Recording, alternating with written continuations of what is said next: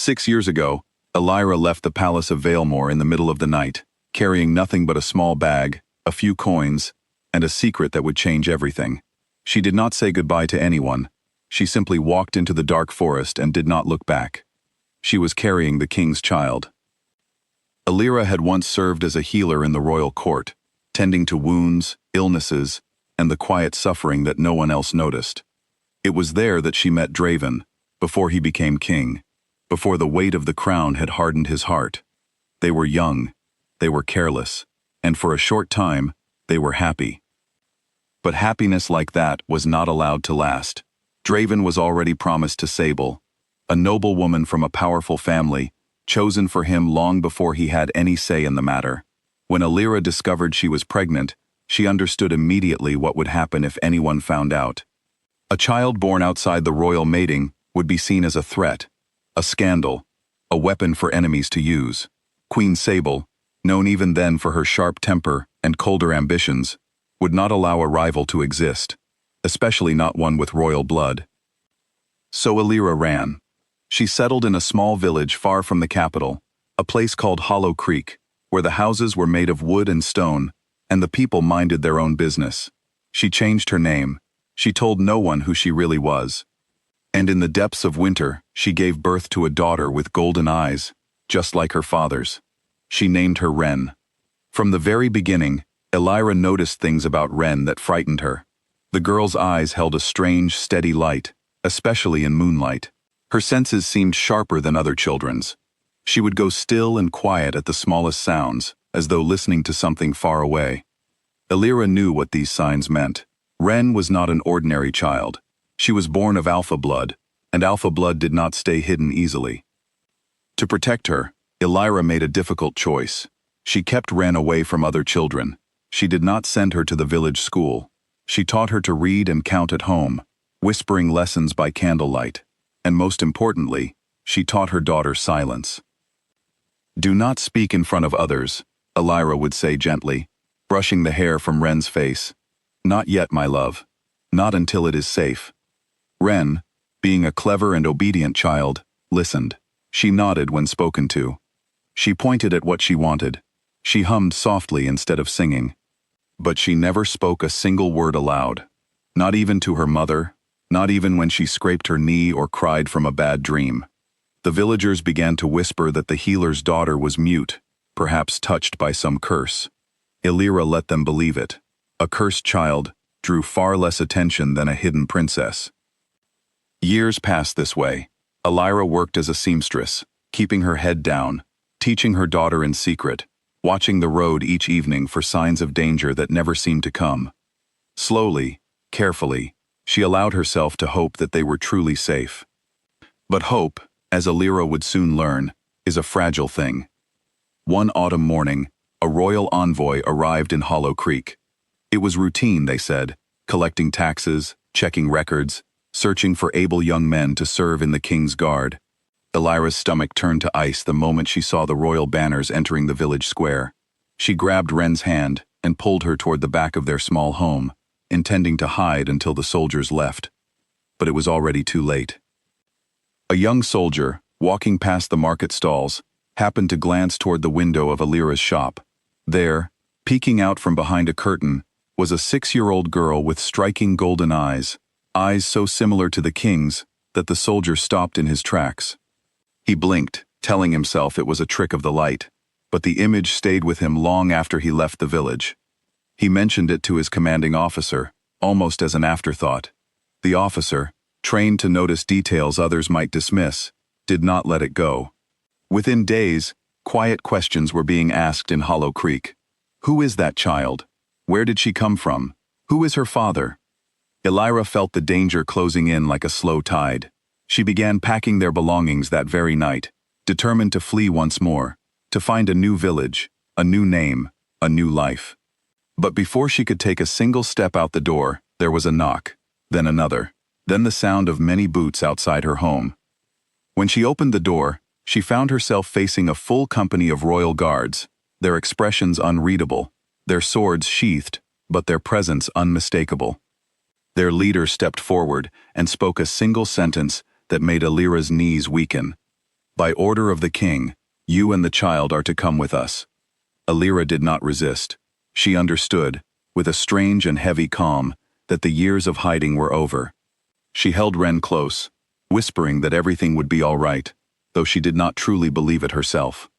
Together, mother and daughter were escorted out of Hollow Creek and taken on the long road back to the capital, back to the palace Alira had once fled in the dead of night. The journey took 3 days. Ren remained silent the entire time, watching the changing landscape with wide, curious eyes, sensing her mother's fear without understanding its cause. Alira spent those days preparing herself for the worst. She imagined being thrown into a dungeon, accused of treason, perhaps even executed for deceiving the crown. Her only comfort was that Ren, as the king's blood, would likely be spared, even if her mother was not. When they finally arrived at the palace, Alira felt as though she were walking into a nightmare she had lived through once before. The grand halls, the tall windows, the guards standing at every corner, all of it was exactly as she remembered, and yet everything had changed. She was no longer the young healer who once walked these halls with a light heart. She was a woman, returning with a secret, too large to carry alone any longer. They were brought directly to the throne room. Alira held Ren's hand tightly as the heavy doors opened, revealing the king and queen seated upon their thrones, along with a gathering of nobles, advisors, and guards who had come to witness whatever was about to unfold. King Draven's eyes found Alira immediately.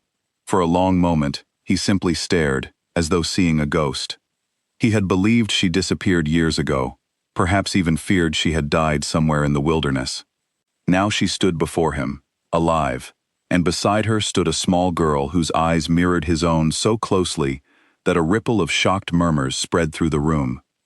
Queen Sable's expression hardened instantly. She rose from her throne, her voice sharp and cold as she addressed the room. "Who is this woman? Why has she been brought before the court?" The captain of the guard stepped forward and explained the situation. He spoke of the child's unusual eyes, of the whispers from the village, of the suspicion that had led them to investigate further. As he spoke, the entire court turned to look at Ren, who stood quietly beside her mother, unafraid, but clearly aware that something important was happening. Queen Sable's gaze locked onto the child, with an intensity that made Alira's heart pound. "This is absurd," Sable said. "A resemblance means nothing. This woman is clearly trying to deceive the crown for her own gain. She should be punished for treason, and the child sent away." Draven raised a hand, silencing the room. His eyes had not left Alira since she entered. "Is it true?" he asked quietly, though his voice carried through the silent hall. "Is she mine?" Alira felt tears building behind her eyes, but she did not let them fall. She had promised herself long ago that she would protect her daughter no matter the cost, even if that meant standing here now and facing judgment. She lifted her chin and answered honestly. "Yes, she is your daughter. I never meant to deceive anyone. I only wanted to keep her safe." Gasps rippled through the crowd. Queen Sable's face twisted with fury and disbelief. Safe from what? From her rightful place? This is nothing but a scheme to steal the throne for her own child. The court erupted into murmurs and arguments, advisors debating amongst themselves, some sympathetic to Alira's story, others suspicious of her sudden reappearance after so many years. Draven stepped down from his throne, walking slowly toward Ren, studying her face as though searching for something only he could recognize. "There is a way to know for certain," an elderly advisor spoke up, his voice cutting through the noise. "The old blessing. If she carries true alpha blood, she will know it, even without being taught. It is said the bond awakens on its own, in moments of great importance." Queen Sable scoffed, clearly doubting such an old superstition would work in her favor, confident it would prove nothing and end this humiliating scene. "The child has never even spoken a word. How could she possibly recite anything?" The room fell silent, waiting. Draven knelt down in front of Ren, bringing himself to her eye level for the first time. His expression was gentle, though his hands trembled slightly. "Hello, little one," he said softly. "Do you know who I am?" Ren studied him carefully, her golden eyes meeting his without fear. For 6 years, she had never spoken a single word, trained by her mother's careful hand to stay silent, to stay hidden. to stay safe. But something about this moment, something about the way this man looked at her, with such longing and hope, stirred a feeling deep within her that she could not explain. She opened her mouth. The entire court held its breath. And then, in a clear, steady voice, Ren spoke her very first words. They were not ordinary words. They were an ancient phrase, a ceremonial blessing spoken only by true royal blood, words passed down through generations of Alpha Kings, words that no untrained child could ever have learned or guessed on her own. The sound of them rippled through the hall like a wave of pure energy, and something ancient within the room responded. Guards who had stood rigid and silent suddenly bowed their heads. Nobles who had whispered doubts moments before now stared in stunned silence. The very air in the throne room seemed to shift, charged with a power that everyone present could feel, but few could explain. It was the mark of true bloodline magic, undeniable and absolute. Queen Sable's face went pale. Her carefully built argument crumbled in an instant, replaced by the unmistakable truth that stood before the entire court. There was no denying it now. Ren was the king's daughter, confirmed not by words or witnesses, but by magic, older than the throne itself. Draven stared at his daughter, tears filling his eyes for the first time in years. He had lost so much time, so many years he could never get back. Moments of her first steps, her first laugh, all hidden from him because of fear and circumstance. But she was here now, alive, safe, and undeniably his. "I am your father," he whispered, his voice breaking with emotion. "I am so sorry it took this long to find you." Ren, still uncertain of this new world around her, but no longer afraid, reached out and gently took his hand. It was a small gesture, but it carried the weight of 6 lost years, finally coming to an end. Queen Sable, exposed before the entire court for her cruelty and jealousy, was quickly stripped of much of her influence. Her attempt to discredit Alira and dismiss the child had backfired completely, revealing her true nature to advisors who had once trusted her judgment. Whispers of her downfall spread through the palace in the days that followed. Alira, once a frightened fugitive, was given a place within the palace, not as a prisoner, but as the mother of the king's daughter. It was not an easy transition. There were still those who doubted her, still political tensions that would take time to settle. But for the first time in 6 years, she did not have to hide. She did not have to run. She could stand beside her daughter in the light, without fear of what tomorrow might bring. As for Ren, the silent child who had spent her early years hidden away in a small village, she began to speak more and more each day, her voice growing stronger, more confident, no longer needing to stay quiet to remain safe. The court watched with quiet astonishment as the once mute girl blossomed into a bright, curious child, unaware of just how much her first words had changed the future of the kingdom.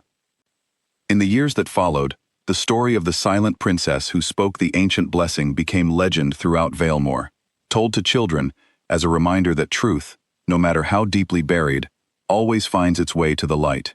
And within the palace walls, a father and daughter slowly built the bond that years of separation had once stolen from them, one quiet moment at a time.